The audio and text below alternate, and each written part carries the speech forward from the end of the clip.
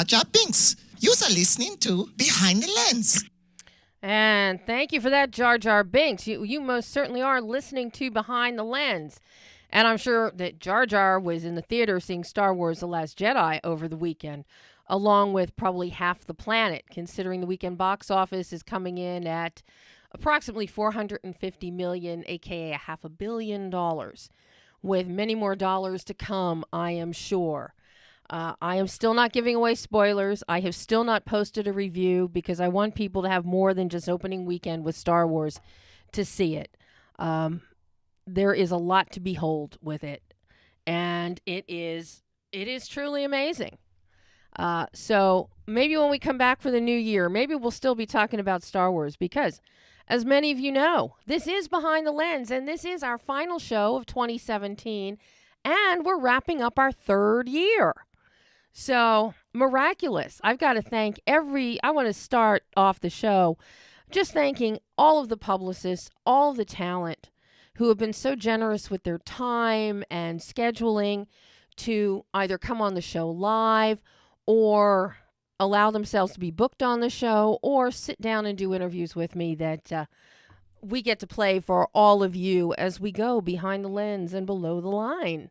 For those of you new to the show today, I'm Debbie Elias, film critic, creator, and host of Behind the Lens. You can find my movie reviews and interviews around the world 24/7 in print and online, including behindthelensonline.net. But you will find me right here every Monday on Adrenaline Radio, 11 a.m. Pacific, 2 p.m. Eastern Time. But don't look for me on Christmas Day and New Year's because big station boss Nick is shutting down the station because he doesn't want to pay overtime to Pam, who is our wonderful sound engineer and has been fabulous all year this year in our third year. Yay for Pam! So, it's a fun show that we're going to round out the year with today. Those of our regular listeners, you all know last week we were talking about the Ballad of Lefty Brown, and a man very dear to my heart. I've known had the privilege and pleasure of knowing for many, many years. As we've gone through fruit orchards and cattle drives and horse ranches in Montana. But a lot of incredible films. Bill Pullman is the star of the Ballad of Lefty Brown. This is his film. Co-starring with Bill, none other than Peter Fonda. For those of you that are going to watch the video of the show, or if you're watching Facebook Live right now, is Nick doing a Facebook live stream now on adrenalineradio.com? All right, for all of you listening, if you want to watch a one-camera angle, hello, Facebook Live people. You can go to adrenalineradio.com on Facebook, and you can watch the show right now, and you can see the accoutrement laid out in our tablescape, including this fabulous biography on Peter Fonda's dad and Jimmy Stewart called Hank and Jim. All you classic film fans, if you haven't read it, if you haven't gotten the book, please, I urge you to do it. It is amazing. You will love it. Also, something else that we have here, I have to show it. The Muscles from Brussels. Jean-Claude Van Damme is back. He has a new show on Amazon Prime called Jean-Claude Van Johnson. He plays, of course, Jean-Claude Van Damme, also known as super spy, black ops guy, Jean-Claude Van Johnson. Co-stars Felicia Rashad, who is amazing. This is a performance you will never see anywhere else from Felicia. Fans of her in The Cosby Show and a lot of her dramatic performances that she's done. Let me tell you, Claire Huxtable has left the building. Felicia swears, she shoots a gun. She even learned how to mimic the motions to start and take off in a helicopter. So it is a fun series. It is on Amazon right now. I can't recommend it highly enough. I've been saving my Van Damme bespoke chocolates for Christmas. So I will be thinking of Jean-Claude on Christmas as I eat his box of chocolates. And of course, Star Wars, all of your Star Wars paraphernalia. We have our Praetorian Guard here, and we have our Kylo Ren. Whatever you do when you hit his head and you get new faces. So, lots of fun stuff. You can find all of it in stores. You can find these great books in stores. I can't encourage you enough. Read the books, see the film. Goodbye, Christopher Robin, The Breadwinner, a fabulous animated film that I fully expect will end up with an Oscar nomination and be a hot contender opposite Coco for Best Animated Film of the Year come Oscar time. But on today's show, we are going to have two incredible guys. One who has been here on the show before 2 years ago, PHIL ALLOCCO, writer and director of The Truth About Lies, is back with us. He joined us when the film was on the festival circuit. He now has a distribution deal through the wonderful guys at Blue Fox that I've had the privilege of speaking with before. They really champion independent film. They have a very interesting distribution concept, and I'm very glad that they picked up Phil's movie. Joining Phil at the halfway mark is one of my faves, Fran Kranz, from the world of Whedon, Cabin in the Woods, Dollhouse, Much Ado About Nothing, and he is the star of The Truth About Lies. Fran is amazing. And I had the chance to sit down with him earlier in the summer at LA Film Festival, where he took another look at Shakespeare with Casey Wilder Mott's A Midsummer's Night Dream. Outstanding film. So we're going to follow up with Fran today and see if that film has managed to make it into the distribution stream as yet. But to have both those guys on at the halfway point, I am thrilled about. But before we get to Phil and to Fran, let's take another look at the Ballad of Lefty Brown. Writer-director Jared Moshe was on the show last week. But I think it's only fair you get to hear a little bit from the star himself and his two cohorts, Tommy Flanagan and Peter Fonda. These are just small snippets because let me tell you, even these small snippets, because of the language that we were all tossing around the rooms, it was very hard to find even 30 seconds that didn't have some form of inappropriate FCC verbiage in it. So I did have a chance, though. I got to ask Bill about what was his first impression of this script after he first read it.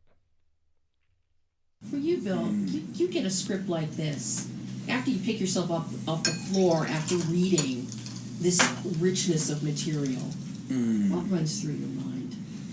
Well, I'm owning up today to telling Jared that I didn't know if I was up for the task. At the end of reading it, I thought, oh my God, I'll have to summon everything, to get it out there. And what if I'm not? I would hate to get it wrong, to be 3 degrees off or something, would be, because everybody watching it that I care about wants it to be 100%, all the ranchers in Montana, I want it to be a great movie for them. And for other actors who are my age particularly, who could have had a good shot to get it done also really well, I wanted to not let them get failed.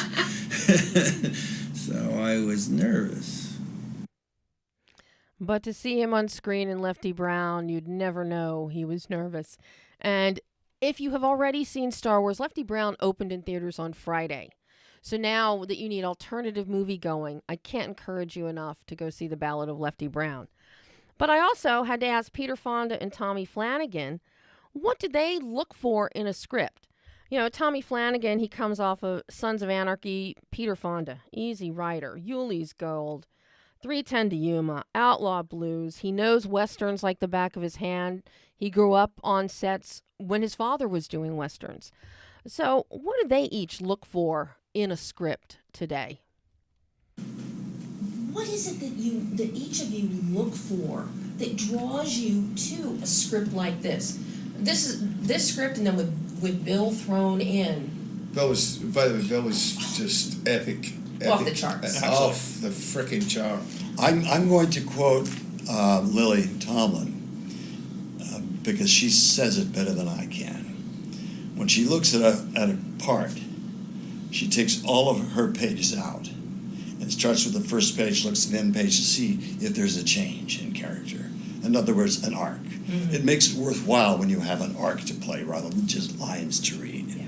When you actually have these different... And the arc, interesting in film, on stage that arc happens seamlessly, but on film, we shot the end of my part first. And then we did the beginning the last day, and I couldn't shoot showing my right eye because it was so bloody. I'd gotten a contact lens cut in there, and I mean, it just was, you couldn't see it, so I had to have that hat over that eye, and it worked. And then I'm looking at the rest. When I see the film out, I'm like, that's okay, that's great. I'm gonna die. I'm dead. I did not want to die that way. And then he comes in. Tommy, I want you to answer. What do you look for when a script comes your way? Well, I mean, it sounds really base, but I mean, I said to my agent, you know, I've always loved westerns. I've said this a few times today, but I mean, seeing your papa and western stuff, and growing up with that stuff, and you know, I mean, I'm a lot younger than all you guys. But fucking hard. I know. But you know, growing up with beautiful westerns and you know, just the whole thing. I've always loved westerns, and I said to my agent, "Get me out. I'd love to do a western." And then well, check this one out. I go, oh wow! And it was the simplicity of it. It wasn't all this, and then fly through the window on fire, like you were saying earlier, and then this blows up, and then the stagecoach goes boom, and then this all this. It was just a simple, beautiful tale of love, betrayal, and retribution, and all these things that should be in a western and life, I suppose. But and the brotherhood, like I was saying earlier, the whole brotherhood thing. And then when Bill showed me the photograph of all us together, riding together, I just thought it was beautiful, man. Yeah. I really did. I really did. And I was in my element. I really was. And yes, once you see the film, you will agree that all of these gentlemen are very much in their element. So there's just a few snippets that I was actually, and I want you to know, Pam will be very proud of me. I did have to make 6 cuts in there. With Peter, with one with Bill, and then 5 with Peter and Tommy in that short little span, to keep the big boss happy. So they are a riot, off screen, on screen. You couldn't ask for a better bunch of guys. But you know, last week we also started talking about The Shape of Water, and Guillermo del Toro's masterpiece. Because that is truly what it is. And since we are hot and heavy in the awards season, as you all know, I sat down with our whole collection of below-the-line people. Costume designer Louis Segura, VFX supervisor Dennis Berardi, Shane Mahan, the co-creature creator and project supervisor Mike Hill, who you heard his interview on the show last week, the creature designer and sculptor of the Amphibian Man in The Shape of Water, and then Paul Austerberry, the production designer. The production design is exquisite. So trying to pick another element of The Shape of Water to familiarize you with, to piggyback on Mike's interview, I want to let you hear, you know, a lengthy part of Paul Austerberry's interview as he talks about bringing the set design to life, because it's very tricky in terms of color. Guillermo del Toro, as you heard Mike talk about, Guillermo's very specific. He knows exactly what he wants, and you'll hear, and Paul talks about that as well, bringing Guillermo's vision to life. So let's take a listen to part one. Part one. Yeah, are we doing part one? Okay, we're doing. I had to break it into 2 just in case. So we're doing. I don't think you've done anything like this. I mean, you did Pompeii, you know, you did The Liberator, you've done other stuff, but nothing like this. This has to be a production designer's dream. Yes, absolutely. And a little bit of a nightmare, I am sure. It's intimidating working for a guy like Guillermo because he's got a huge appetite for design and high expectations, lofty expectations, which is great. But surprisingly, it was, you want to please. Mm-hmm. Like, because he's so, open and excited about it all and throws out ideas he's got so many ideas he brings to the table. It's easier than if you don't have those ideas brought. Like if you have the full gamut to choose from, it's quite hard to narrow it down. But if he's already narrowed it to here, you can focus it much better. So that's exciting, and the appreciation and sort of taste and quick decision making. Immediately he knows what he wants. Like it's tough when you have to deal with people who don't really know what they want, or maybe they know what they want, but they have a hard time explaining verbally or through pictures or whatever. But Guillermo can draw. He pulls lots of reference, and he's obviously a very eloquent speaker, much better than I am. So he can tell you what he wants, and then it makes it easier for you to develop it or translate it to your team to help develop it. It's like it was a joy, I have to say. I think it was a really hard shoot. I don't know if you've chatted to the other guys. Talk with all the other guys. Yeah, it was a tough shoot, but from the art department side, it was actually pretty good because they were shooting nights and long hours into the nights and everything. But we were, because it's mostly studio-based movie, you could really control what you saw, and it was a challenge getting it ready in time because we had I don't know if you know how little time we had. I had 10 weeks, and my art director came on with only 8 weeks of prep.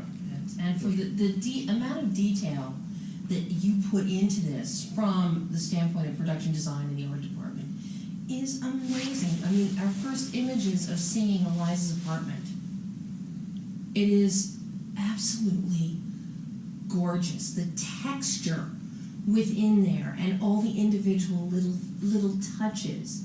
But then we see Giles' apartment, and you see they're two sides of a coin. And this is the only relationship she has in her life. This is the only one. Yes. And vice versa. But you start with that glorious picture window. That part of it's in hers, part of it's in his, and together They become you one. can just They imagine. become bigger together. The metaphor is beautiful. But then how you go and then distill that and break that down and create these two separate worlds that are still symbiotic. Then you create another world between Eliza and the creature in the lab. Yeah. And it is fabulous. How do you approach? But these three sets in particular, and then the theater itself, are just exquisitely done. How do you sit down and approach this from a storytelling standpoint? Well, Guillermo, when he was writing the story, had picked a building in Toronto for the exterior of her apartment. Of course he did. It was a place called Massey Hall. It's built in 1894 or 1896, I'm not 100% sure. And it was never a movie house. It was never a theater. It's actually a music hall. It was only for musical performance. There's a stage, but it's music.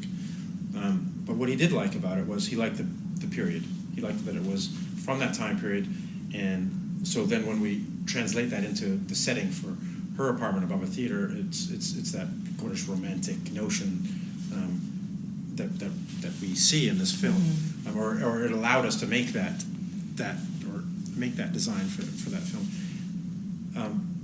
and then we wanted to obviously contrast that to the lab. If we stick with her apartment for a minute. So once it was decided that he loved the staircases, basically, right? He wanted her to come out above the cinema. You see it all in real. You don't have to it was right in your face. You could see that she comes out. She lives obviously right above a movie theater, and then down she comes, and you can see the environment with that chocolate factory burning. I mean that idea that Giles is talking about. Don't you love the smell of burnt cocoa?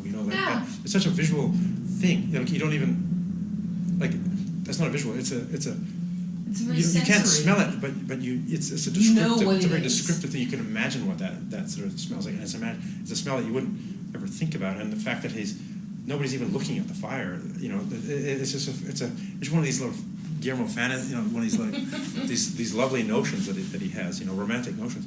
Anyway, because he had decided the outside, we knew what the inside should start with, and the idea was that there was once a grand room above this theater used for social events or something like that, when it was a theater way back when.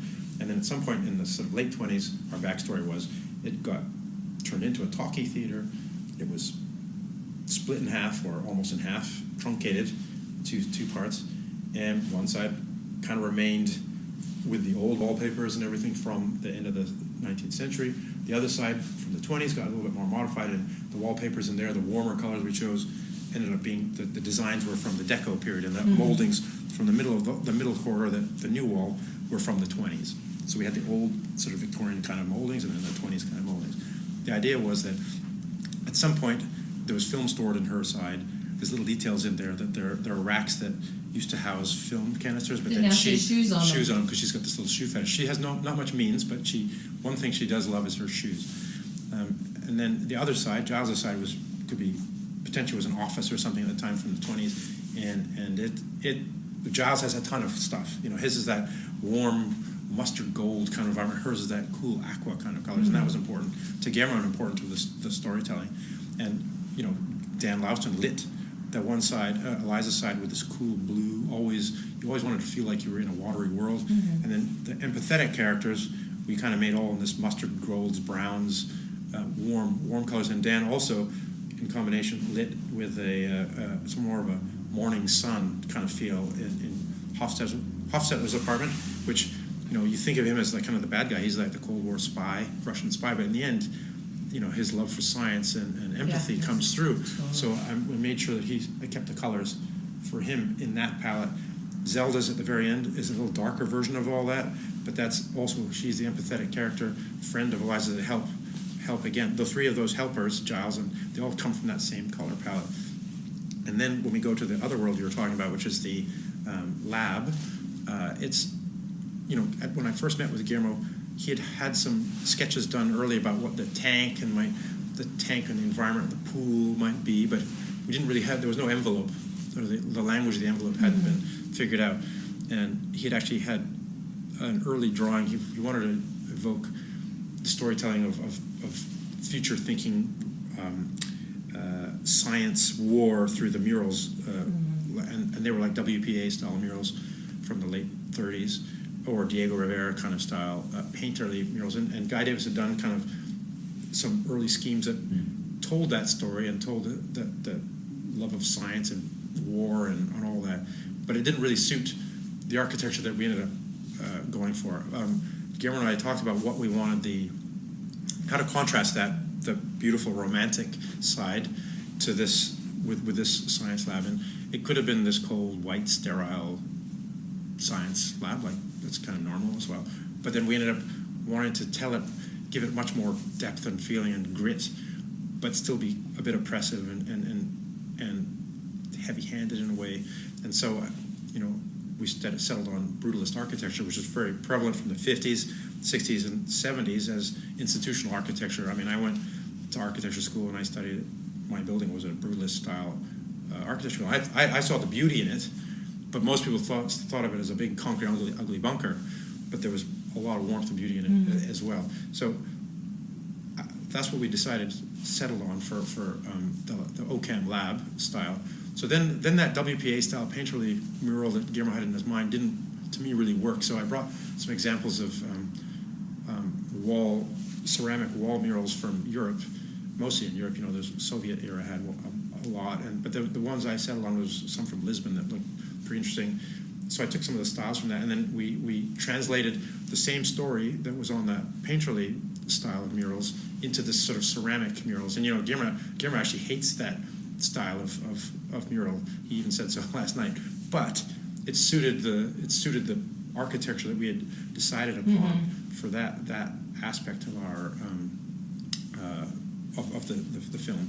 So Strickland, his office, I put it up high because his character, he's a nasty character. He looks down upon everyone. He seems like he's above everyone, and so literally I put him above everyone in that. He's like he just really is that kind of character. So his office, which we spent a lot of time in, is up top, overlooking the minions down below. However, I wanted some beauty out there and a bit of storytelling, and that's where those murals ended up. They ended up high that we would never see when we were down low, but when we were in his office looking out that angled window, we always had that mural, three-sided mural up top. and then that sort of teal green color that in the script it says green is the color of the future. The Cadillac dealership, or salesman I should say, tells that to Strickland while he's looking for that perfect car for the family, that nuclear family. And so that color, Guillermo only wanted to have like that as the main sort of color in this lab. And we painstakingly went through many samples to get a color that he liked. That we shot on location for part of this. We shot the exterior was this brutalist building called the Andrews Building at the University of Toronto that we used for the arrival from the bus. And we used it for the underground stuff. Could have been anywhere, I suppose, but the loading bay and everything where they crashed the car.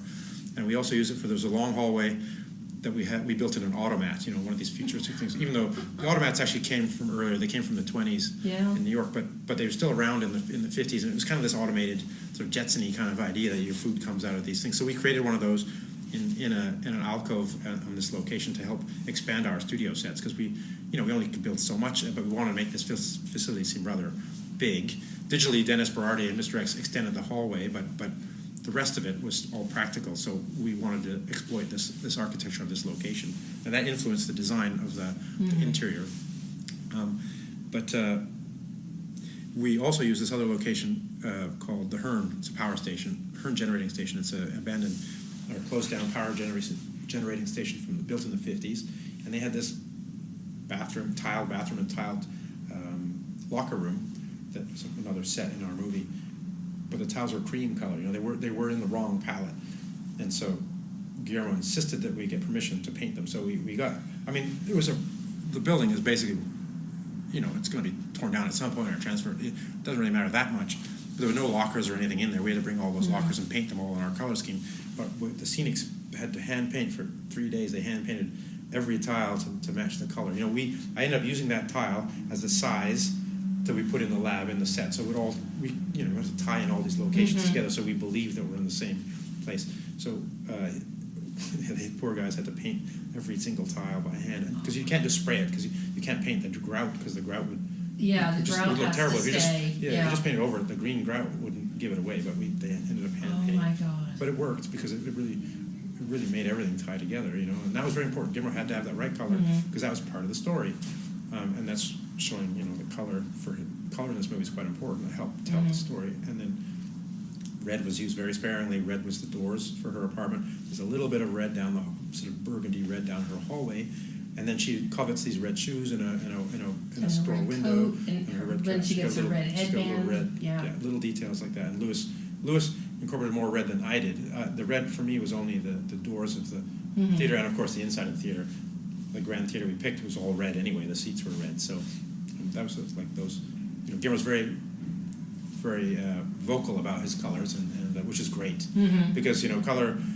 You can spend a lot of time thinking about color, and if he's already come up with a basic direction and theme, it makes the life of a designer a lot easier, and then you can please him better by knowing that he's going to want to be in that range already. So there we go. Pam's futzing around on the floor. We're hearing from people that something is wrong on the adrenalineradio.com site. They're not hearing or they're not seeing something. So Nick and Pam are trying to resolve that issue. But don't worry, because later on this afternoon, you'll be able to hear the whole show on behindthelensonline.net. We are also now starting this week. You can find the show on Stitcher. We are on iTunes on Tuesdays, as well as indiepopcorn.fm. So you can find the show just about anywhere. And then probably sometime mid-next week, Lydia will have the video edits done, and you can also then find the show on YouTube under Elias Entertainment Behind the Lens, and eventually on behindthelensonline.net. We pop the videos on there too. But, all right. Okay, Pam, I see a second phone ringing. So it means we have one caller, our mystery guest. Sign in, please. And Pam's going to connect the two of them right now and bring them live. And I am so excited. Hello? I hear you. I have two of my favorite people. Phil Allocco, are you there? I'm here. Hi. Fran? Nice to talk to you. Hey, what's up, man? How are you, Phil? Hi, Debbie. How are you? Hi. I am so excited to have the two of you on for our last show of the year. This is Oh, fabulous. wow. I didn't occasion. That's great. Well, Phil was on during year one of the show. Was it year one? Yeah, during year one of the show. You were on in September of 2015, Phil, when Wow, can't believe it. Wow. when The Truth About Lies was still on the festival circuit. You were on just before it was going to show at the Hollywood Film Festival. Oh, right, wow, right. cool. Wow. Wait, that was 2016? 15. 2016? 15. 15. Wow, we've been around forever. And, of course, Fran, you and I got to talk at great length in June at LA Film Festival about a film that I love, A Midsummer's Night Dream, Yes, of that course. you and Casey Yeah, did. Midsummer. And we just got bought. We coming out. We have a theatrical release in the spring. I don't have a release date yet, but that was just recent news, so that's exciting. Yeah. Oh, you just You're gave good luck. Oh, Yeah, congrats, Debbie. friend. you just gave me Yeah, the thanks, man. greatest Christmas present, Fran. Oh my God. Yeah. Well, no. I mean it. You must be good luck. Although I feel like we're closing out like the worst year in like on the human recorded history or something, But that's why we need films like your A Midsummer's Night Dream and The Truth About Lies more than ever. People need that beauty and escapism. Yeah. So I am. Well, it's funny because I not to like I don't mean to cut you off, but I've been doing press for the movie Truth About Lies, and there's always some point where I don't want to take it too seriously or put too heavy a point on it. But Phil has these great title cards throughout the film about great quotations and maxims about lying and dishonesty throughout human nature, and now we sort of live in this in this kind of like bizarre 1984 sort of dystopian future present where we have no idea what's true, and sort of information is all opinionated, and so it's kind of funny. It's kind of like a very contemporary film. If this like is in a time capsule, the aliens one day that colonize this planet will take this film really seriously. Anthropological study. They may see it. Fred, I thought it was funnier back then. Now I'm not. Now it's not. It doesn't seem as funny, the lying thing. Right. But the thing is, the aliens will still give us a bad review, Phil.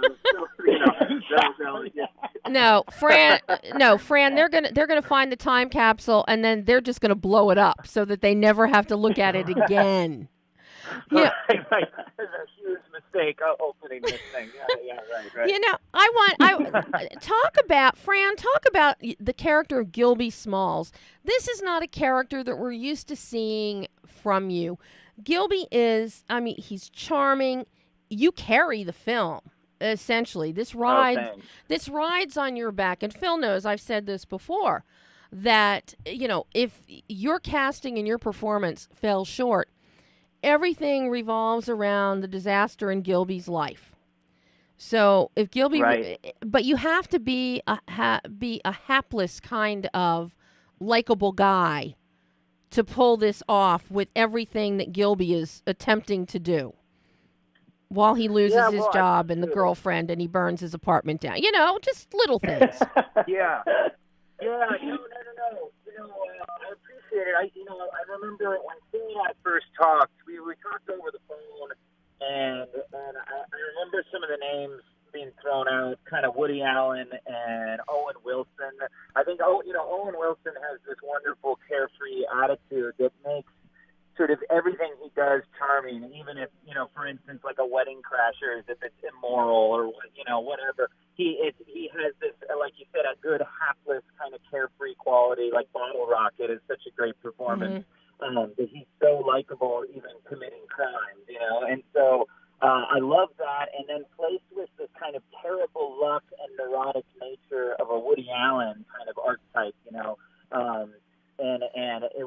we kind of tried to form something there. But then, meeting Phil, once we sort of got to know each other, because everything, it moves fast in the independent film world, as we all know.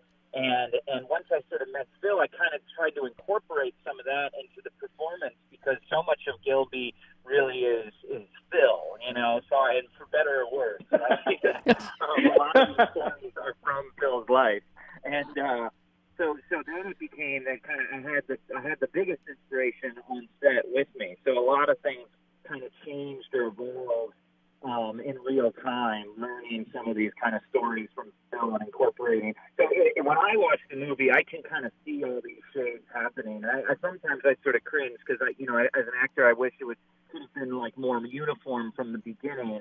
But it blends together nicely. But in my opinion, I'll like find little moments where I'm like, oh, that's clearly me, you know, trying to channel this, you know, or whatever, you know. But it ultimately is such a fun character because there were sort of no limitations on what I could do or say because the guy was willing to do or say anything to sort of get by, you know, not so much even get his way because Gilby's so down on his luck. It's sort of a survival mechanism to lie. So that's what I think makes it a little more charming than just being a jerk, you know. Well, that's just it. Gilby is never a jerk, and that is due to not only your performance, Fran, but Phil in the scripting and your dialogue. Gilby is never a jerk. You know, even when he gets caught in lies and we know things are falling apart, you can't help but like the guy. Well, you know, I mean, I think a lot of that is also just Fran is just so charming, and I think that was always a challenge we knew in the beginning because, you know, obviously this character, it's like he's challenged, he's unlikable, he's flawed, and we knew that was always going to be a challenge. And I think Fran and I talked about that earlier, just like let's just embrace it, and you know, and we had fun just pushing how absurd we could be with these scenes. And Fran, you know, I just can't say enough about his ability. I mean, as a director, when you work with someone like Fran, it's like driving a sports car. You know, it's like anything you ask, he can do. It's amazing. But now, is it a new sports car or a very old, broken down one? Let's clarify this. No, very, very high. I'd say high tech. You know. I think that a lot of credit goes to obviously Phil and the script. Phil was such a wonderful director on set, obviously knowing and having such ownership of the material, but being like so encouraging of letting us explore and do things. But also, you know, the cast, they you know, we would run into situations on set where we felt, God, is this believable? Like Gilby, when Gilby and Rachel or Odette, Annabelle and I, we go out to dinner after a yoga class, and it's this kind of raw vegan kind of cuisine, and Gilby's totally grossed out, and he eats a whole spoonful of wasabi, and it's this kind of really big moment that we on set all of a sudden felt, how on earth is Rachel not going to notice his discomfort and him, you know, dying from the wasabi, like the burning. And so a lot of the times, that's just one example, but a lot of times, a lot of the humor and a lot of selling the script really depended on the supporting caster, and Odette, you know, she's the lead star with me as well. But, you know, a lot of these scenes really depended on the cast being able to create performances that complemented the action in Gilby so well. Like Chris Iantopoulos does such a great job of just being enough of a jerk or just enough self-absorbed that we still stay on Gilby's side, you know, that he's not stealing the wife or stealing the job, but it's like he plants just enough seeds of like, oh, now I understand how he gets into this ridiculous situation. So there's a lot of credit for the cast. You know? Well, you know, I'm glad you brought that up, Fran, because, you know, one of the real standout, you bring in Phil casts a veteran like Colleen Camp. You know, what does that do for somebody like you who already has a ton of experience under his belt? But you bring in a veteran like Colleen, who just... Yeah. I mean, you get to play opposite her. What does that do to you as an actor in terms of affecting and elevating your performance? Well, it's always inspiring having, you know, those veteran actors on a set. It's, you know, film sets can get long and tedious, long hours, late nights, you know, long waits, you know, for lights, whatever it is.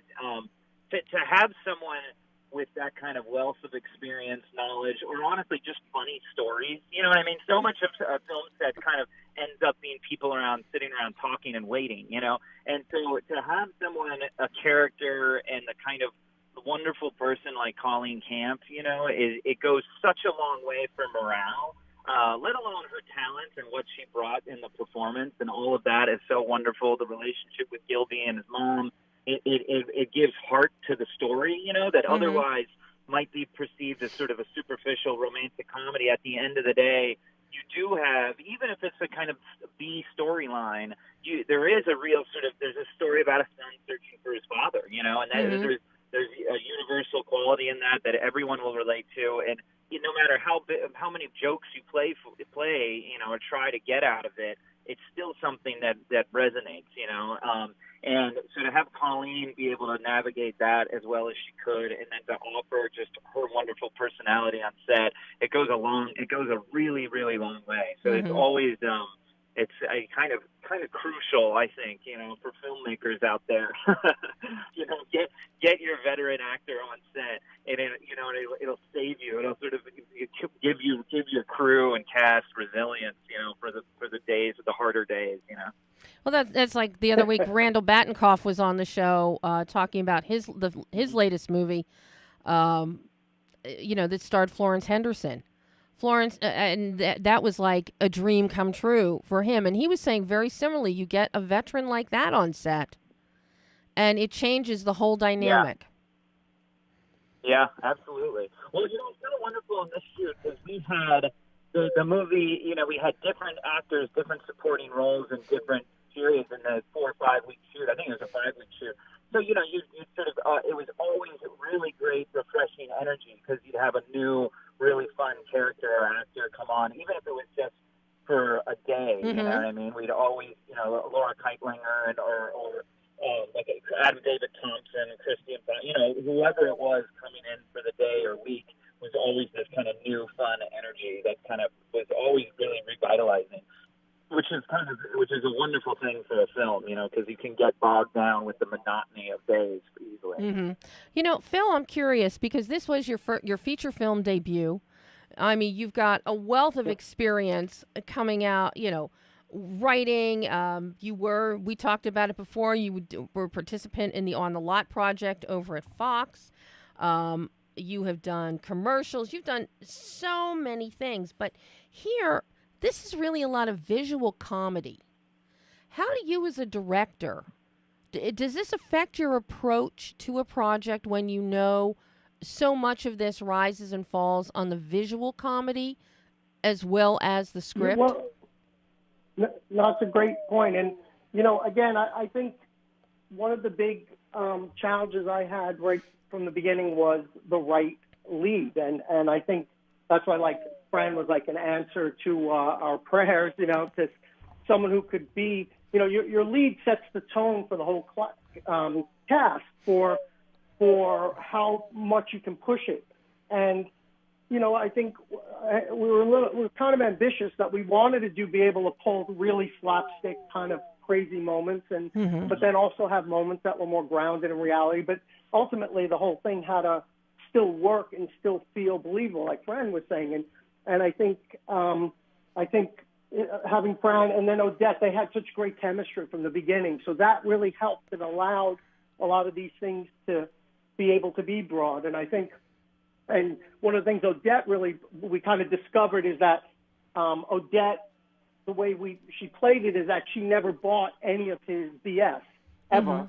And that kind of helped it also because she was kind of in on the joke. And we also made Gilby a little bit more likable because we knew he didn't take it too serious either. I mean, although everyone's lying in the film, this isn't the kind of lies that, you know, are, you know, these moral kind of, you know, murder or really high stakes lies. These are the little kind of white lies that we do to kind of just get through the day and not offend people. And then they kind of get out of hand and catch up with you. It was kind of that kind of aspect. And I think Fran being able to be so broad and then their chemistry really allowed us to take more chances and be crazier. And then after a while, we just started having fun and just pushing it. And for me, it was just a real dream because it was just a great, fun experience. You know, I want to ask both of you because, Fran, you're a producer on A Midsummer's Night Dream. Phil, you're writer, director, producer here on Truth About Lies. You have both now gone through this process of the festival circuit and then finding distribution. You know, I have to say, Phil, you lucked out with Blue Fox. The guys at Blue Fox are fabulous. I've spoken with Todd before and with James. They're wonderful. And their merger with Level 33 and Andreas is just, I think, a great, great move for independent film. But it's their distribution process that is so good. And now, Fran, and now you get a distribution with A Midsummer's Night Dream. Yay! So, you know, what is this, as producers, what is this experience like? Going through this distribution chain, trying to get a deal? Well, I would say it's very tough. And I think it's one of the things that I think is so tough about it is the industry keeps changing so fast, too.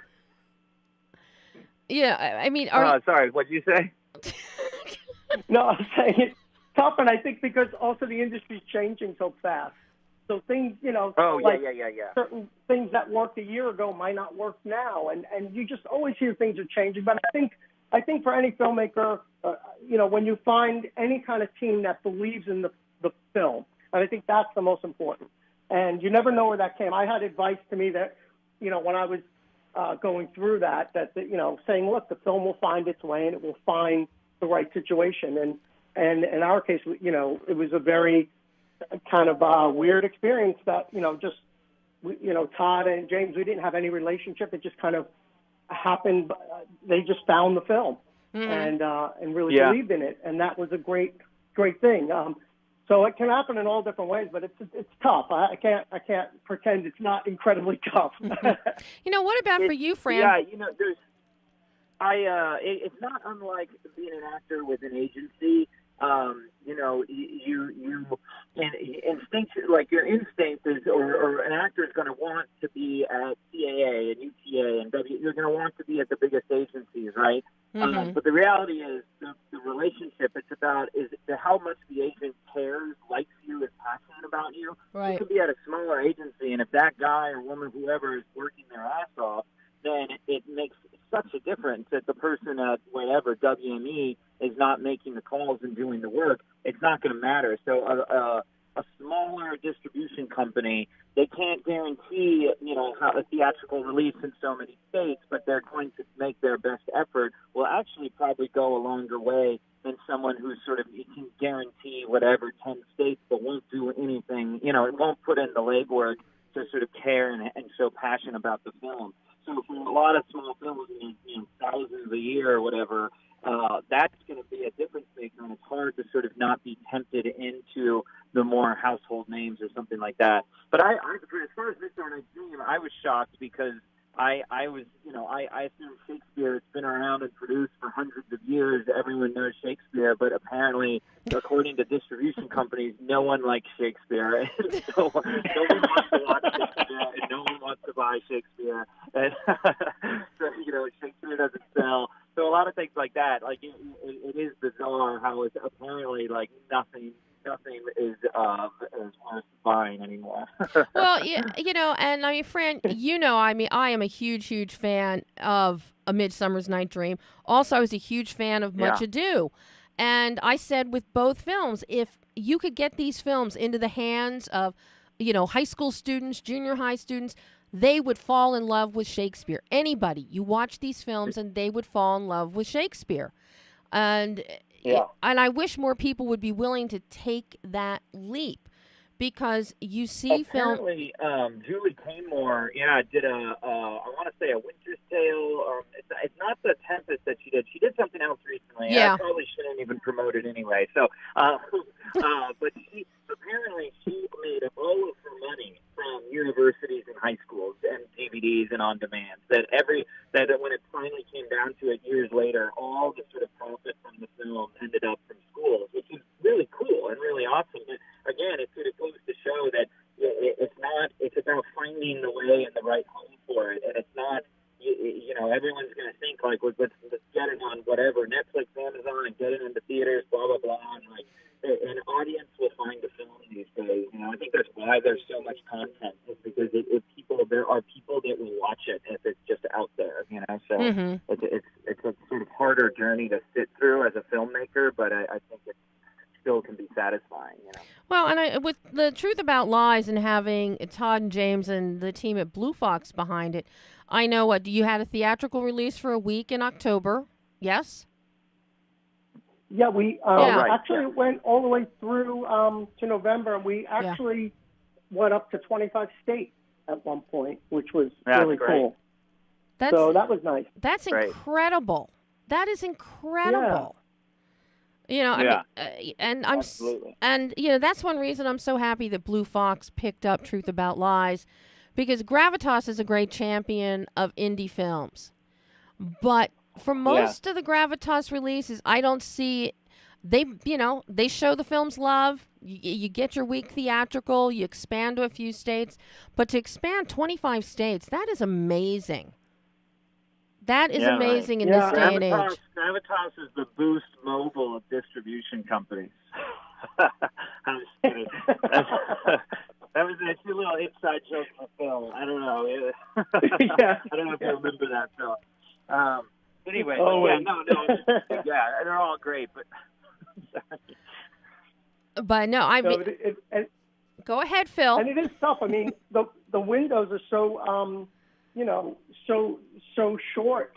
They get shorter and shorter. People's attention span to, we're just bombarded with so many avenues for content. So that's a blessing, because there's more content and more places to see it, but it also makes it harder to get attention, So some distributors, they just focus on it, put it out a week, and then it's done. They're on to the next, No, that's why I love this. I love this idea of Blue Fox having Truth About Lies, because they go the extra mile with the films that they're handling. And the difference is just fulfilling your obligation and caring about the content, I guess, I'm curious how now, Phil. I know you're moving on to another project. You're working on 5 Pounds of Pressure. Yes. Mm-hmm. And Fran, you go from something, a rom-com that's light, like The Truth About Lies, and you jump just as easily into Shakespeare. What are the next stepping stones for both of you, especially Phil, working on this new project, which I better get to see when you're finished. Just putting it out there. But absolutely, you kidding me? You guys know I'll see everything that you do. So I'm curious, where you're going, because you have a stepping stone like this. You've been patiently riding the Truth About Lies, wave for a couple years. Now it's out there for everyone to see. In the meantime, you're picking up you're gearing up for a film. Fran, you've been picking up other stuff on the side. So how do you juggle and move forward with these stepping stones? With lots of fear and trepidation. Sure, so you want to go? Two of my favorite words, fear and trepidation. What about you, Fran? Because so good. Because you are as much at ease in a black and white Joss Whedon, much ado, as you are in, Cabin in the Woods, as you are in Shakespeare in A Midsummer's Night, or, in a rom-com like Truth About Lies. You seamlessly go from... Well, thanks. Yeah, I mean, I've always, I think just growing up, trying to act in school, one of the fun things about college or high school, whatever, you're doing plays that are not age appropriate, right? You do a high school play, so there's always the guy playing the old man, things like that. But it sort of builds this foundation of sort of thinking you can do anything, which is nice, and for an actor to have confidence and believe that they are versatile and it is a really, I think, important thing, you know. And then as you sort of start doing work professionally in film and television as well as theater, you kind of flex different muscles and get different fulfillment out of the different mediums. And so I think, at least for me, I always, look for something different from the previous job, whether it's something, a comedy or drama, or literally, a play versus television. And I just closed last week a play off Broadway at the Public Theater, which was a real sort of a serious conversational play called Illyria by Richard Nelson. And his work, he's like a sort of American Chekhov. It's extreme naturalism, like real hyper realism, so it's people sitting around a table eating and talking for like 2 hours. So I went fully embraced that and love doing that. And so now I'm probably very much in the mood for, a really dumb TV show. You know what I mean? Just something really light, really silly. And I think bouncing from one end of the spectrum that way, I think allows me to sort of give the most I can, because it sort of allows the sort of most, that kind of change is inspiring. It makes me kind of passionate about a project, And for you, what about for you, Phil? Because, for the longest, you're doing commercials, you're doing this, you're doing that. You finally do your feature film. Now you're jumping into 5 Pounds of Pressure. So do you see yourself switching things up? Do you see yourself moving forward with features? What has this stepping stone now led you to? Yeah, I mean, the next film is a drama. So just like Fran, I think, I want to try to do something different that I haven't done before. Because I think part of this, the whole experience of making films is so arduous, and it takes such a long time and so much energy that I think there is also like kind of a thrill-seeking adventure to it for us as filmmakers, because yes, you do make choices, and you're like, where you're thinking career and thinking finances at points, but other big part of it too, because it's just such a big part of your life that it has to be something that excites you. So I'm doing this drama, and I still have interest in also pursuing other comedies as well. But you want to do something different each time, Now, have you started shooting? Growing. Have you started shooting 5 Pounds of Pressure yet, or where are you at in that? No. We're just starting the casting process. Hear that, Fran? Hear that? Oh yeah. They already passed. So they already, I submitted stuff. It was a hard pass. Yeah. Oh my God. That's so that is. Fran, that's. I would love to work with Fran again. He's like he's a dream. He's like as a director, like he always made my job so much easier because he was just so great. And that's the kind of actor you dream to work with. Before we're out of time on the show today, I want to ask each of you, because it is the holiday season, be it Christmas, Hanukkah, Kwanzaa, Festivus, whatever, I want to ask each of you, what is the greatest gift that the industry gives to you? Fran, what is the greatest gift acting gives you? And Phil, what is the greatest gift that writing and directing gives to you? Oh, wow. Residuals. Hey, that's a good one. No. No, I mean, honestly, like at the end of the day, it's you get to do what you love. You get to you're paid. You make a living doing what you love, and it's a kind of absurd notion that unfortunately I think in the daily routine of it you take for granted, and you'll turn it into a job.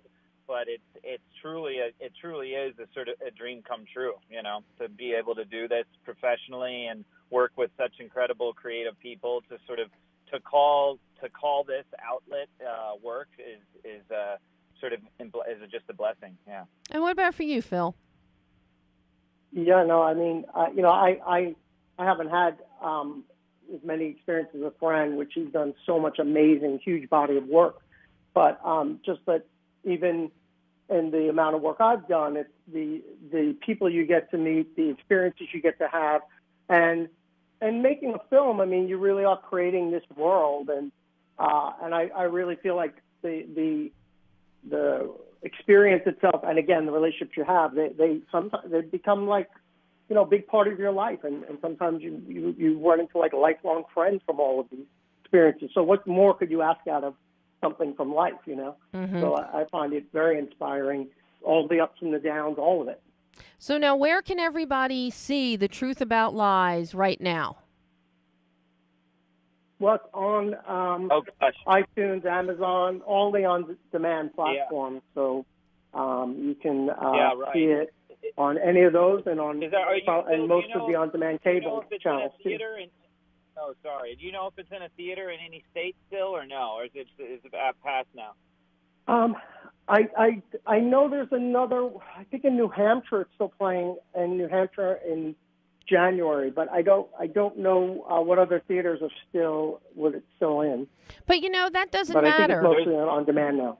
And because since we are in the holiday, a lot of people are going to be off the next couple weeks. They're going to be home. I can't think of anything better than for them to go plunk down a couple dollars and sit at home, have a drink, hang out with friends, and watch The Truth About Lies. You know, it's so That's funny. I definitely the way totally you should agree with spend that. Christmas. You know, I think that's such a great idea. isn't that a great idea? But yeah. Stay out of the theaters and the Star Wars crowd. Stay home and watch The Truth About Lies. It's that simple. Look at that. We have solved the problem for everybody's movie going over the next couple weeks. What, Fran? It'd be fun to get a Star Wars crowd, you know, with those packed Star Wars audiences, and lock them in the theater and actually play Truth About Lies, you know? That would be funny. That would be funny. That would be great. Everyone's in costume. Yeah. Yeah. Well, guys, unfortunately, we are all out of time.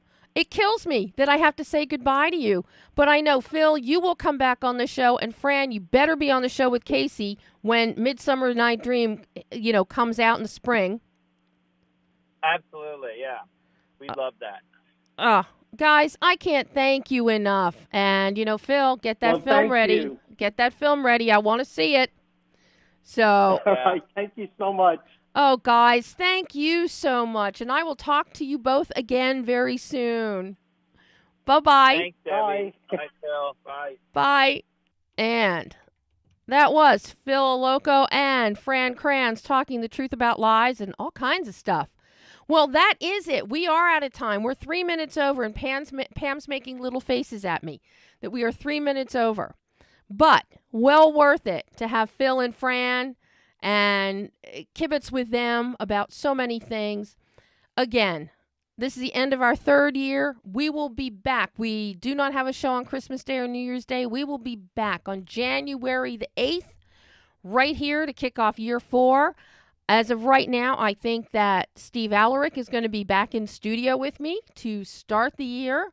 And we already have some surprises booked for you in January and February.